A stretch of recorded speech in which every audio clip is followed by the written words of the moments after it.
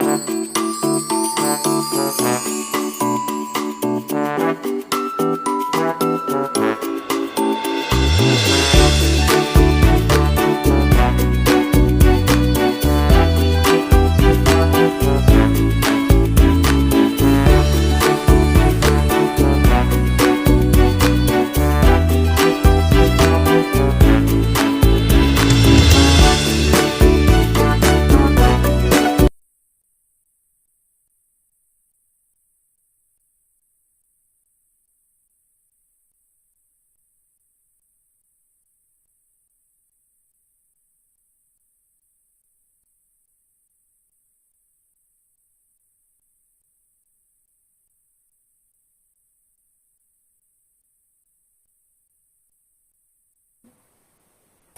Assalamualaikum warahmatullahi wabarakatuh. Salam sejahtera untuk kita semua. Saya ulangi, Assalamualaikum warahmatullahi wabarakatuh. Salam sejahtera untuk kita semua anak-anakku sekalian 2 IPA 1. Waalaikumsalam warahmatullahi wabarakatuh. Warahmatullahi wabarakatuh. Baik, apa kabar semuanya? Sehat? Alhamdulillah sehat, Bu. Alhamdulillah. Bagaimana kesiapannya hari ini? Siap untuk kita belajar sejarah Indonesia? Siap dong, Bu. Siap, Bu. Siap, Alhamdulillah. laksanakan, Bu. Laksanakan siap. Ketua kelas Fajar Maulana, ada yang tidak hadir hari ini atau hadir semua? Enggak, Bu, ada yang nggak hadir. Si Fahri, Bu. Fahri izin katanya, Bu. Muhammad Fahri, kenapa dia, Nak? Fahri izin. Nggak Fahri tahu, aja? ikut mamanya, Bu. Lagi pergi ikut mamanya.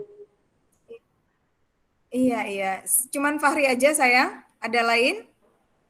Ihsan satu lagi, Bu. Oh, Ihsan juga izin. Kenapa Iksan? Ada tahu, dia izin WA katanya, Ibu Bu. tadi memang izin, dia ada keperluan. Iya, ada keperluan yang mungkin penting. Semoga keduanya itu dalam keadaan sehat walafiat dan kita semua juga sehat walafiat supaya kita bisa terus belajar mendapatkan kesuksesan insya Allah. Amin ya rabbal alamin. Pada materi pada siang ini, Ibu ingin menjelaskan topik materi baru yang merupakan kelanjutan daripada materi yang kemarin. Materinya kali ini adalah sifat pendudukan Jepang di Indonesia.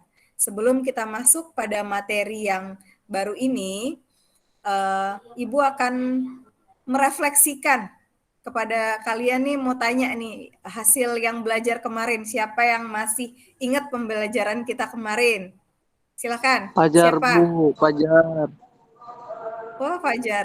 Silakan Fajar. Apa yang kamu ingat dari pembelajaran kemarin? Yang Fajar ingat, Bu, Jepang datang ke Indonesia, salah satu alasannya untuk mencari sumber daya alam, Bu. Habis itu alasan lainnya karena dia ingin mengumpulkan pasukan dalam perang Pasifik. Ya. Oke, makasih Fajar. Kalau Ami, bagaimana Ami, masih ingat nggak pembelajaran kemarin?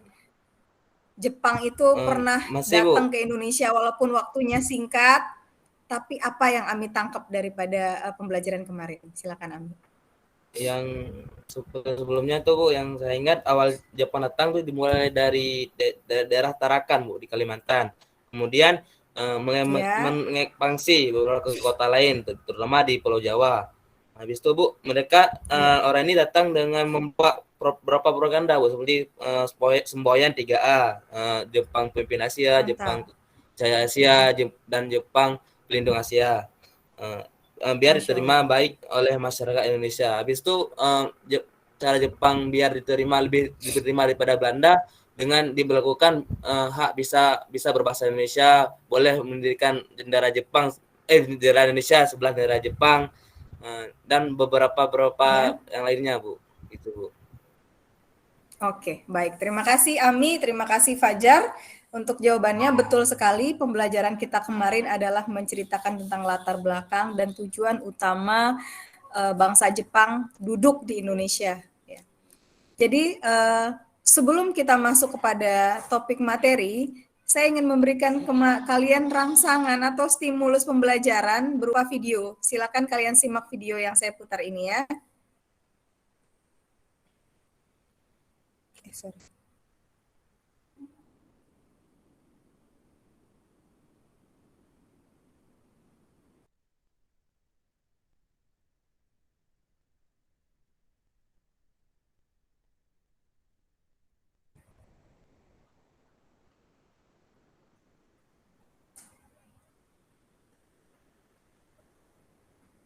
Oops.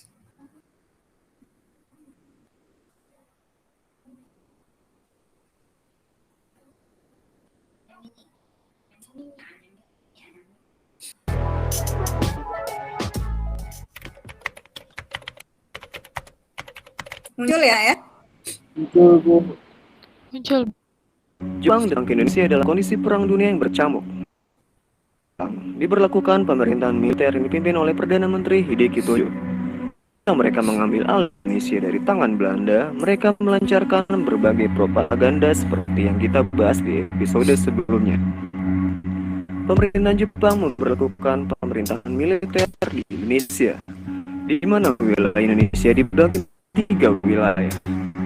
Hal ini bertujuan untuk mengantisipasi serangan tentara sekutu.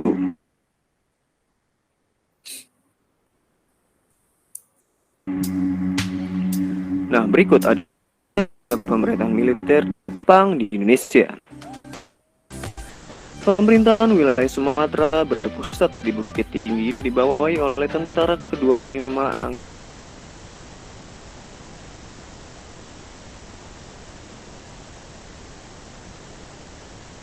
Angkatan Darat atau Rikugun.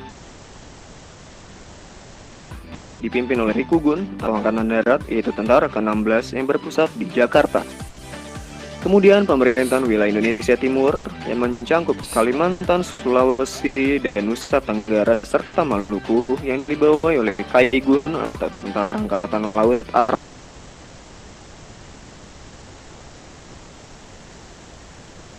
Armada Selatan kedua. 3 zona pemerintahan ini dikomandoi secara terpusat oleh pemerintahan militer wilayah selatan yang dipimpin oleh Marsikal Hisaichi Terauchi.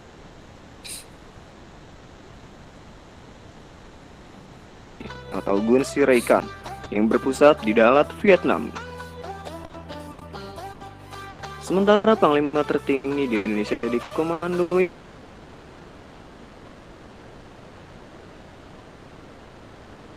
oleh seorang Gun Saikan, yaitu Panglima Tentara ke-16 Letjen Hitoshi Imamura.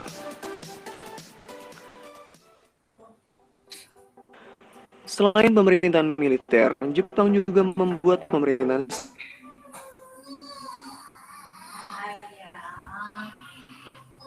sipil pastinya. Pada bulan Agustus 1945, pemerintahan Jepang mengeluarkan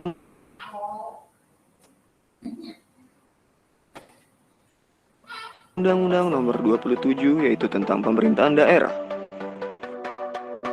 Menurut Undang-Undang Nomor 27, seluruh Pulau Jawa dan Madura dibagi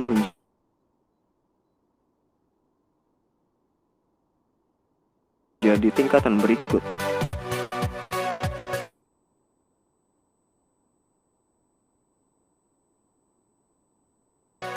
Yaitu Karesidenan dipimpin oleh seorang Shucho, Kota Praja atau Shi dipimpin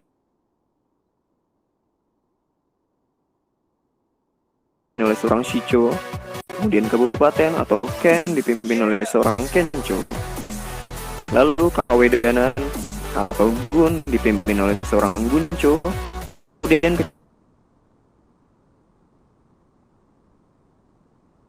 kecamatan atau son dipimpin oleh seorang soncho, dan kelurahan atau desa ku dipimpin oleh seorang kucho.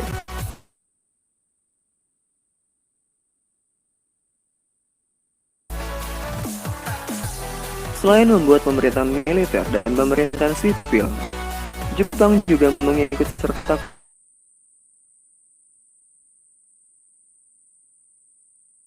orang-orang Indonesia dalam pemerintahannya. Pengikutsertaan bangsa Indonesia dimulai dengan pengangkatan Profesor Dr. Hussein Jayadiningrat sebagai Kepala Departemen Urusan Agama tanggal 1 Oktober.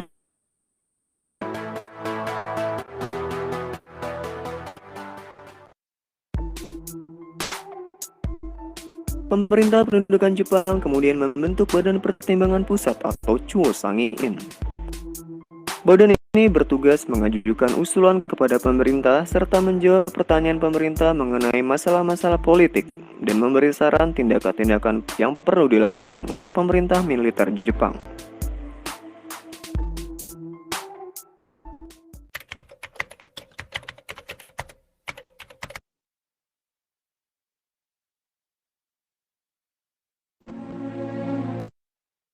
Di bidang politik, Jepang memilih jalan bekerja sama dengan tokoh-tokoh nasional yang berpengaruh besar di masyarakat Indonesia. Pada saat pemerintahan kolonial Belanda, tokoh-tokoh nasional banyak yang dipenjara ataupun dibuang ke pengasingan. Ketika Jepang mulai berkuasa, tokoh-tokoh tersebut dibebaskan dari hukuman dan kemudian dirangkul untuk mau bekerja sama dengan Jepang. Pemerintah Jepang berpikir tokoh nasional, tokoh macam Soekarno-Hatta, organisasi bergerak nasional yang berdiri dan menjadi wadah perjuangan semua organisasi politik. Hanya organisasi FPI yang boleh berdiri para politik yang sama-sama tentang bahasa berat. Umat Muslim yang merupakan mayoritas di Indonesia, sehingga akan baik ciri Jepang terhadap umat Muslim di Indonesia. 3K3A, Pusat Naga Rakyat atau Putra, Jawa Pakai, Chuo-Sangi-in, organisasi tersebut langsung bawa komen dan langsung saya demikian membahas kita mengenai kebijakan negara. Mohon maaf videonya kurang guys. Baik, sekian daripada video yang Ibu putarkan. Dari video tadi ada pertanyaan tidak?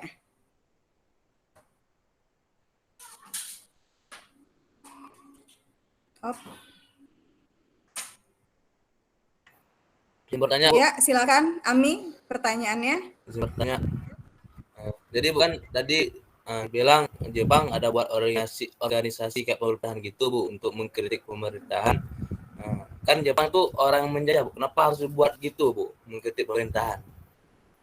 Ada organisasi gitu Ami, buat Jepang. Boleh diulang Ami? Tadi ada gangguan suara sedikit. YouTube-nya tetap berjalan. Gimana Ami? Tadi bukan Jepang ada buat organisasi untuk yang mengkritik mengkritik negara itu apa namanya pemerintahan Jepang. Jadi Bu kenapa dibuat itu kayak organisasi gitu Bu? Sedangkan kan Jepang orang menjajah negara ini kan orang yang mengambil seluruh apa yang memegang hak penuh Bu kan? Kenapa harus ada buat organisasi gitu Bu?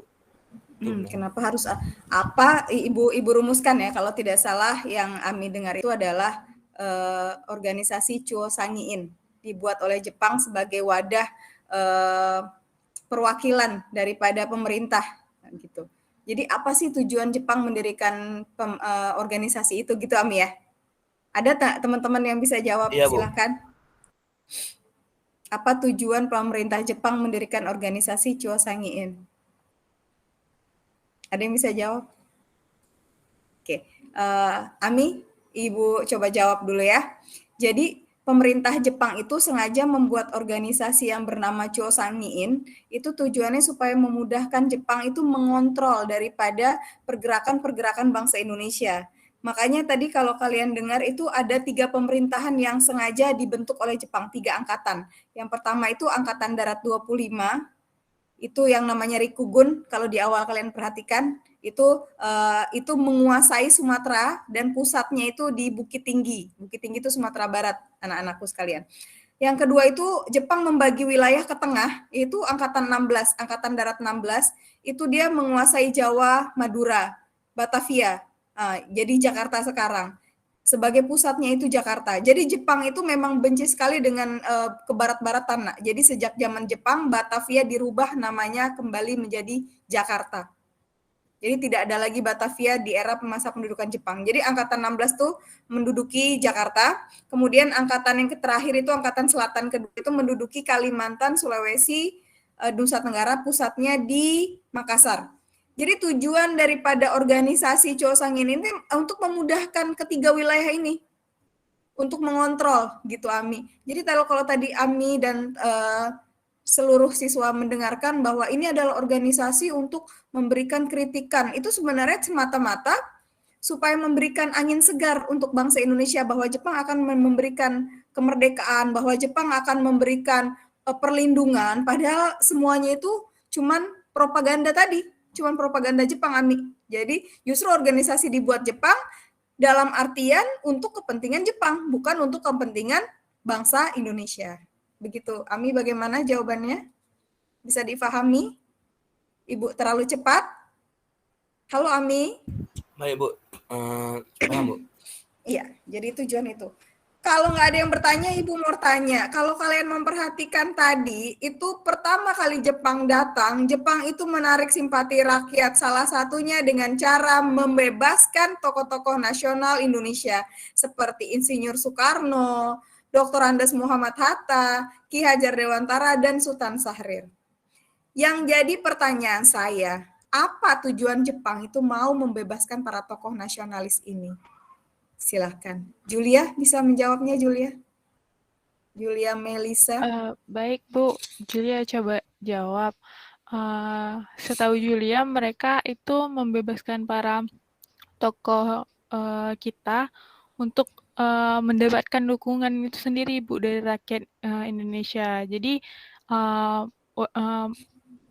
mereka itu mendekati pimpinan nasional Indonesia kayak Soekarno tadi untuk menarik simpati dan Jepang dapat memobilisasi rakyat Indonesia itu sendiri, Bu. Jadi kemudian juga Jepang ini menarik pengakuan gitu untuk Jepang mengukuhkan posisinya itu para pemimpin nasional Indonesia ini jadi pemimpin. Jadi narik simpati rakyat Indonesia. Oh iya, jadi orang Indonesia itu diberi kesempatan jadi pemimpin gitu, Bu. Untuk Ya, rakyat. makasih Julia. Makasih Julia Melisa. Betul sekali Julia. Tujuan Jepang ingin membebaskan para tokoh nasionalis ini, yang pertama menurut Jepang tokoh nasionalis memiliki inner power gitu. Ada kekuatan tersendiri dalam diri mereka untuk bisa merangkul bangsa seluruh masyarakat Indonesia untuk mau pro terhadap Jepang. Jadi bahasa mudahnya seperti ini. Nah, ketika Jepang ingin merangkul rakyat, tentunya dia rangkul dulu pimpinannya, seperti itu. Bisa dipahamin nggak? Jadi tujuan Jepang sebenarnya membebaskan mereka itu ini, gitu. Dan para tokoh nasionalis ini juga berpikir, kita waktu dengan Belanda kita bersikap non kooperatif. Kenapa tidak kita coba saja? Siapa tahu dengan kita berkooperatif atau mau bekerja sama dengan penguasa saat ini, mungkin kita akan diberikan kemudahan untuk memperjuangkan. Salah satunya melalui wadah-wadah yang dibuat Jepang tadi, kalau kalian perhatikan. Kita lanjutkan kepada kegiatan inti kita, pembelajaran kita. Saya sudah siapkan PowerPoint di sini. Sudah tampil belum? Udah, Bu, udah. Jelas ya, insya Allah jelas ya. Tadi video sudah Ibu tampilkan, kalian sudah lihat. Ini tujuan pembelajaran kita hari ini, anakku. Kita menggunakan metode belajar problem based learning atau problem pembelajaran berbasis masalah. Kemudian masalahnya nanti Ibu utarakan. Kalian diharapkan bisa menjelaskan sifat dari pendudukan Jepang di Indonesia, bisa menganalisis sifat pendudukan Jepang di Indonesia, bisa memberi argumentasi mengenai sifat pendudukan Jepang di Indonesia, dan bisa menyimpulkan sifat pendudukan Jepang di Indonesia, serta menyajikan hasil penalaran kalian dalam bentuk tulisan.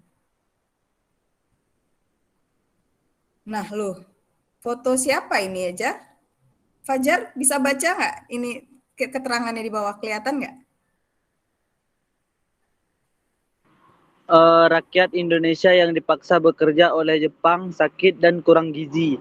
Mereka ditemukan oleh pasukan sekutu yaitu Australia di Kalimantan pada tahun 1945 setelah ditenggal oleh tentara Jepang. Australian War Memorial. Australian War Memorial. Oke, itu adalah sumber bukunya ya. Kira-kira kalau dilihat dari gambar ini, gimana situasi pendudukan Jepang pada masa itu? Ami, gimana Ami? Kira-kira kalau ngelihat dari situasi gambar ini, kira-kira pendudukan Jepang pada masa itu gimana Mi? Orangnya kurus-kurus gini Mi. Berarti mengalami apa tuh? Muhammad Hulul Arhami? Mungkin lagi ke belakang ya. Maimita, mana Maimita? Iya, Bu. Ya, gimana menurut Maimita kalau dari gambar ini? Kelihatannya mereka bagaimana? Menurut saya mereka seperti tertekan, Bu, karena kan tindakan Jepang ke Indonesia itu lumayan kejam, Bu, dengan adanya kerja paksa. Apalagi tadi seperti yang dikatakan Fajar di dalam tulisan itu, mereka dipaksa kerja ketika mereka sedang sakit.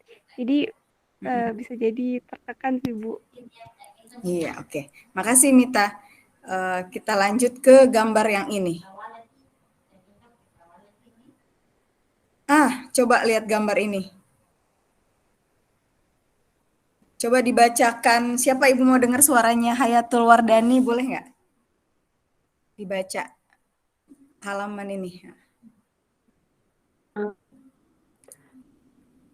Terpencil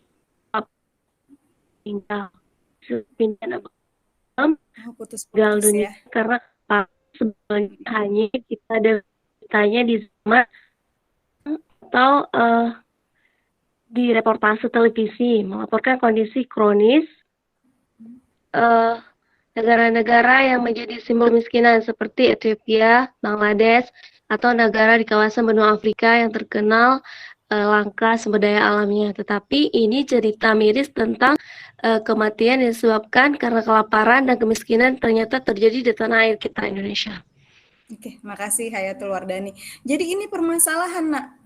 Kalau kita bicara tentang perang, kemiskinan, kurus, kelaparan, meninggal, itu mungkin hal yang bisa dikatakan memang pada zaman itu sedang mengalami itu. Tapi ini kita sudah merdeka, tapi masih ada yang bencana seperti ini, dan ini terjadi di negara berkembang seperti Indonesia sekarang. Ya enggak? Ini fakta loh, Nak, yang Ibu ambil ini. Ya, ini sebuah permasalahan sebenarnya. Kalau kalian menanggapinya seperti apa? Fajar menanggapinya gimana, Jar? Ibu mau dengar deh pendapat Fajar. Ketika ada bencana kelaparan hingga meninggal di zaman sekarang ini, kalau kalian disebutnya zaman milenial gitu loh, di saat kalian main TikTok, YouTuber, tapi ternyata di bagian negara kita, di Maluku, ini kejadiannya di Maluku ya, itu ada yang seperti ini. Gimana menurut Fajar?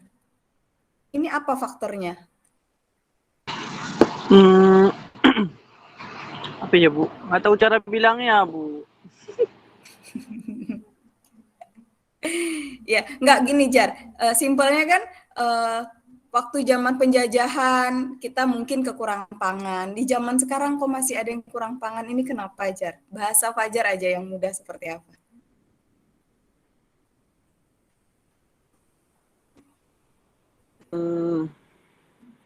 Atau Bu? Oke, makasih. Kalau Julia gimana, Julia, tanggapannya? Mungkin kalau menurut Julia, Bu, sistem pemerintahannya di situ mungkin belum baik. Terus untuk kesejahteraan masyarakatnya juga kontrolnya kurang baik, Bu. Jadi bisa jadi seperti itu. Iya, bisa. Terima kasih Julia, terima kasih Fajar. Bisa jadi ini karena kemiskinan, kurangnya lapangan kerja, ya. Kalau kemudian bisa permasalahan daripada bantuan pemerintah yang mungkin tidak sampai ke sasaran yang tepat, ya. Banyak faktor lainnya. Ternyata kelaparan dan kemiskinan ini dialami juga di era sekarang gitu, Nak. Ibu lanjutkan. Kondisi ekonomi, masyarakat Indonesia menaruh banyak harapan pada pemerintahan Jepang. Mereka berharap dapat membeli pangan dengan harga yang murah. Namun yang terjadi malah sebaliknya, harga sandang justru meningkat, Persediaan pangan juga tidak ada lantaran sudah dialihkan pada tentara yang mengikuti perang suci. Perang suci di sini perang Pasifik tadi ya, menurut bangsa Jepang ini adalah perang membela tanah air, adalah perang suci. Dalam bidang pertanian, para petani di Indonesia menghasilkan seperti kemudian pada malam hari semua hasil pangan itu diangkut secara diam-diam oleh Jepang. Hal ini membuat rakyat Indonesia menderita.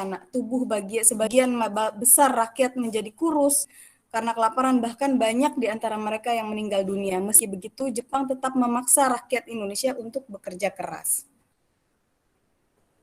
Kita lanjut ke kondisi politik.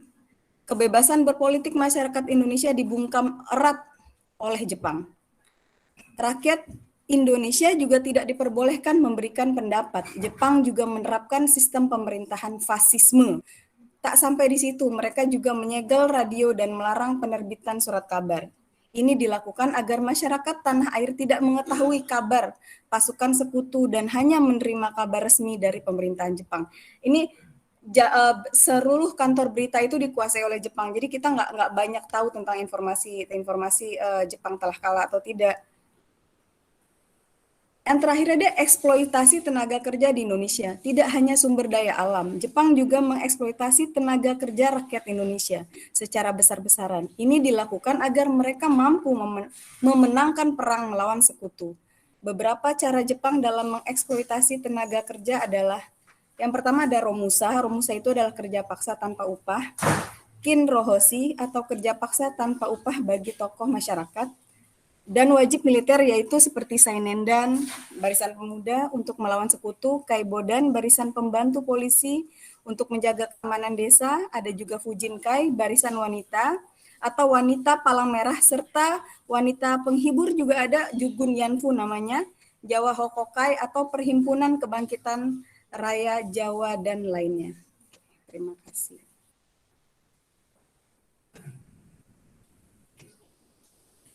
Daripada sekian presentasi Ibu, sebelum kita membagi diskusi kelompok ya, saya ingin mendengarkan kesimpulan daripada pembelajaran kita hari ini. Silakan yang memberikan kesimpulan. Hayatul Wardani bisa memberikan kesimpulan pembelajaran kita hari ini?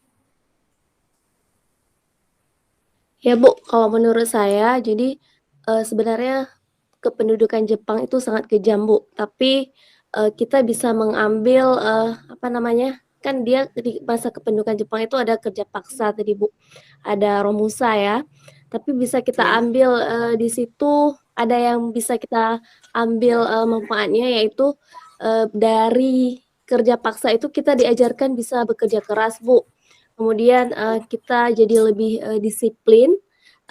Itu adalah salah satu cara yang diambil oleh bangsa Indonesia sehingga kita bisa meraih kemerdekaan, Bu. Oke, makasih Hayatul Wardani. Betul sekali yang dikatakan oleh teman kita Hayatul Wardani, bahwa tentunya pasti ada sisi negatif ya. Dan kita tidak memungkiri bahwa penjajahan di atas dunia itu harus dihapuskan sesuai dengan cita-cita pembukaan kita dalam Undang-Undang Dasar. Jelas banyak kerugian yang kita terima, maksud saya nenek moyang kita terima, bangsa Indonesia kita terima daripada penjajahan Jepang. Tapi juga ada sisi positif, diantaranya kita bisa belajar baris berbaris, kemudian kita bisa menyatukan rasa nasionalis kita di mana kita diperbolehkan berbahasa Indonesia, kemudian kita juga diperbolehkan mengibarkan bendera bangsa Indonesia, itu juga merupakan sisi positif. Di mana latihan baris berbaris ini kan berguna bagi Tentara Nasional Indonesia ke depannya. Jadi kalian saya bagi menjadi beberapa diskusi kelompok. Nama dan temanya sudah Ibu berikan di dalam grup WA kita. Kalian bisa baca di sini. Sekian daripada pembelajaran kita hari ini. Kurang lebih Ibu mohon maaf. Selanjutnya kita akan bertemu di pertemuan selanjutnya. Terima kasih anak-anakku 2 IPA 1. Assalamualaikum warahmatullahi wabarakatuh. Waalaikumsalam warahmatullahi wabarakatuh. Ibu stop recordingnya ya.